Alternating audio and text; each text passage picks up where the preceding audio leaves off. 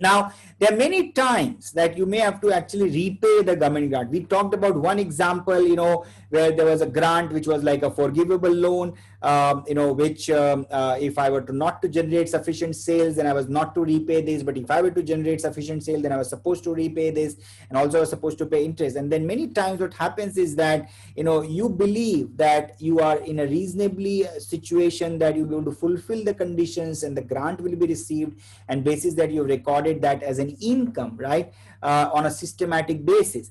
But many times what happens that you actually not able to fulfill the conditions subsequently in a government audits or otherwise, though some conditions are not fulfilled, then you need to refund the government grant. Now if that been the case, again you've got to account for it appropriately, and the accounting for that anyway comes from the P&L, right? They're going to debit the P&L and then record a liability and then settle this liability by way of payment of cash to the government. So depending upon how you've done the original accounting, it will impact the subsequent accounting in a way for such refund as well. Refund is recorded by reducing the deferred income balance by the account repayable, or if you've done based on nominal accounting for asset, you want to increase then the value of the asset, provided that the value of the asset is recoverable. Otherwise, you could also have an impairment trigger.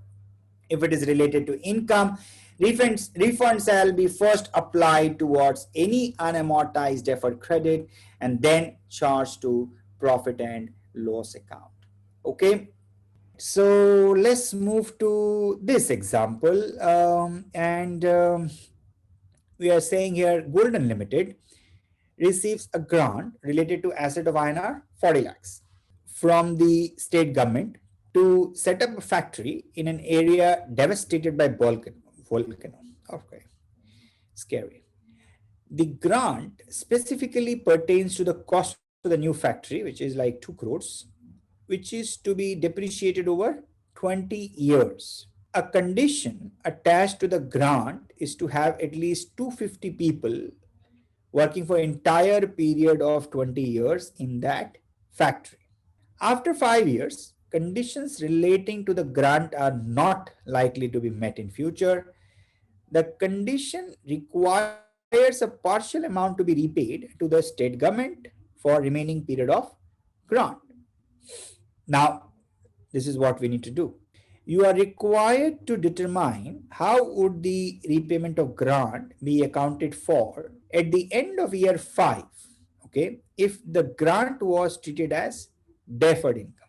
Okay, so essentially what we are saying that, there was a devastation here, volcano, and then I set up a new plant which costed me 2 crores. The government gave me incentive of 40 lakhs. The life of the plant is 20 years, right? And then after 5 years, I realized, look, I may not be able to meet the conditions. Okay, and I had to also employ the locals, right?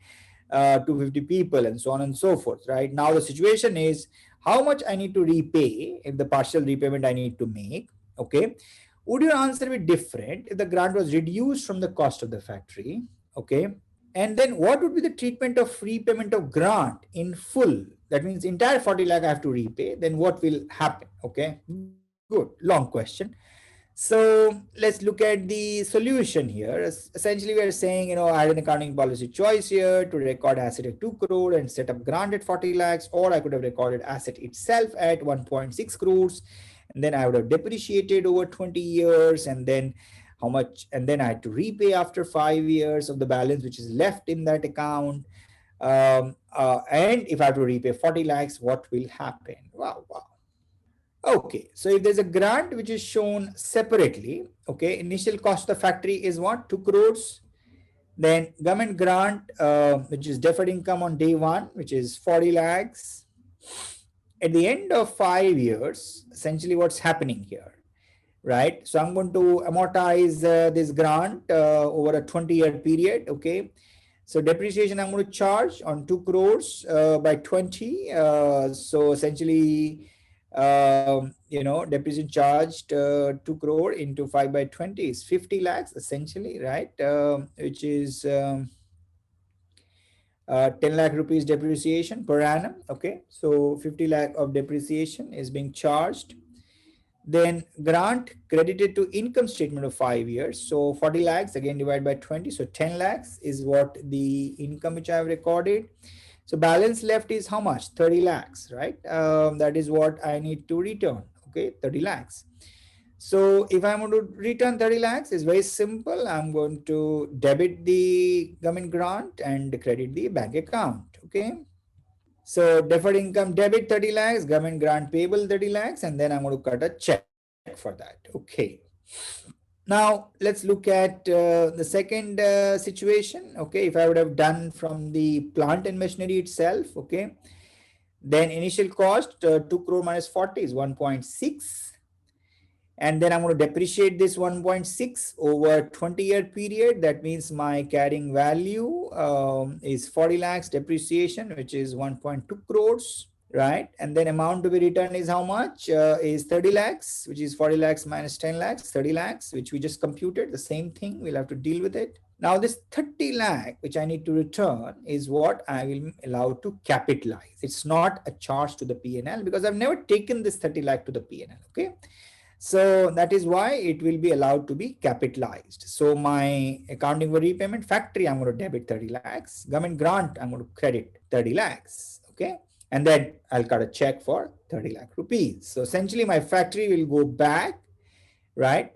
Which is 1.6 crores minus 40 lakhs, 1.2 plus 30. So essentially the net carrying amount will become 1.5 crores. Now, full repayment, if I'm doing the full repayment, right, which is the entire 40 lakh, then essentially this 10 lakh rupees, which I've already recorded as income, that is a hit which I'll have to record in my P&L, right, in both the scenarios. So here amount to be repaid 40 lakh, accounting for repayment will be deferred income, I have 30 lakhs, P&L debit 10 lakhs, and then government grant payable is 40 lakhs. Okay, so that's the general entry. So this is the here P&L hit. Why is this P&L hit coming? Because I've taken a P&L benefit, right, for last 5 years. So now I have to return in the first situation, there was no P&L hit because I was only returning what which I was not able to consume, so to say. Okay, and there was no P&L hit. Here there is a P&L hit now.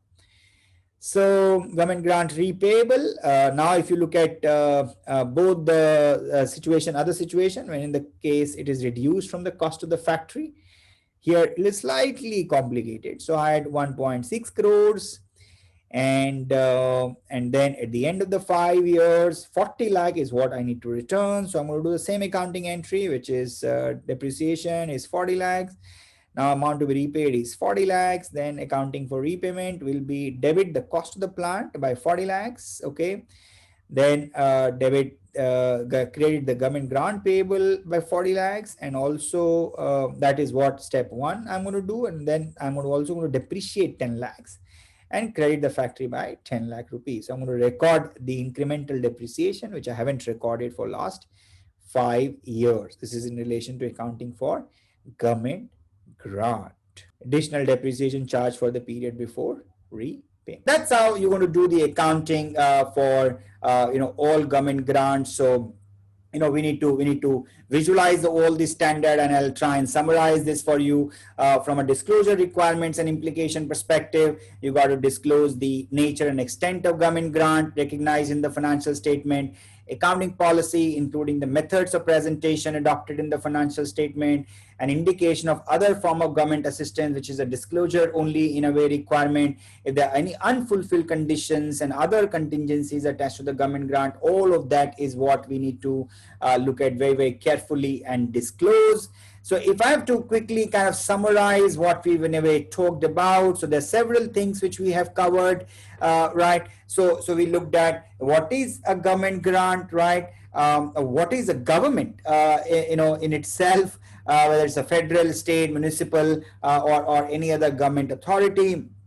Then we said, what's the purpose that the government is giving you the grant? You need to understand that if they're giving you a government grant as in the capacity as a shareholder, that's not covered here, right? If they're giving you a government grant, to support some, prices like they do for minimum support prices, that's not covered here. If they're giving you government grant, which are like income tax benefits, that's not covered here, so on. So what is the purpose, for which they're giving you the grant? So you got to look at, the purpose is to incentivize enterprise, for generation of employment, for generation of or for some public good, like in COVID times, there's actually funding a lot of companies for doing the research R&D. They may help you with a non-monetary grant by giving you a land at a concessional rate, right? Or they may give by way of subsidy, on interest subsidy, or by way of forgivable loan, or there are various forms in which like the government can give you the grants. You got to understand the purpose for which the government has given the grant,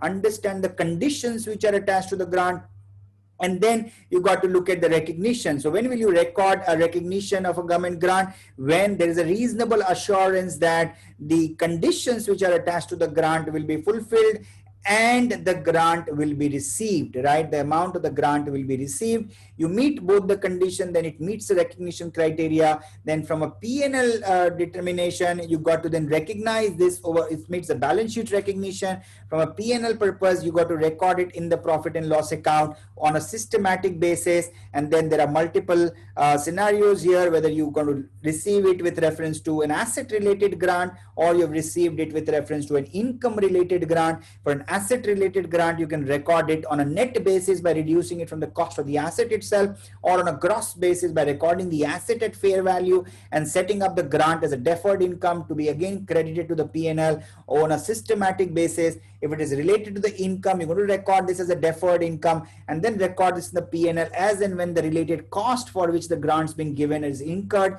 In the P&L, you can record this as other income, or by way of reduction of the relative cost heads as well. There's an accounting policy choice which is to be again applied appropriately. So we've talked about asset grant, revenue grant, and the grant without conditions. If you're receiving the grant without conditions, it may come to the P&L immediately, or if it relates to the past, it may come to the P&L immediately. If it suggests that the whatever money you receive, you're actually going to incur cost in the future period, then you're going to apply your judgment to say that should I record it immediately or should I record it over a period of time.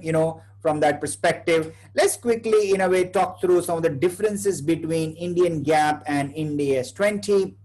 So not a whole lot of difference, but the grant in the nature of promoter contribution, Ind AS 20 is in a way silent. Indian GAAP in a way suggests that it should go to capital reserve. Ordinarily, we don't see such, promoter contribution grant. If there is a promoter contribution grant under Ind AS, you got to appropriately evaluate this as a transaction with a shareholder, and depending upon the nature of the grant, the accounting outcome, needs to be determined appropriately. If there's a loan at concessional rate of interest, again, Ind AS 20 provides you guidance that you got to look at initial evaluation at a fair value under Ind AS 109, and then determine the amount of the grant and record it appropriately.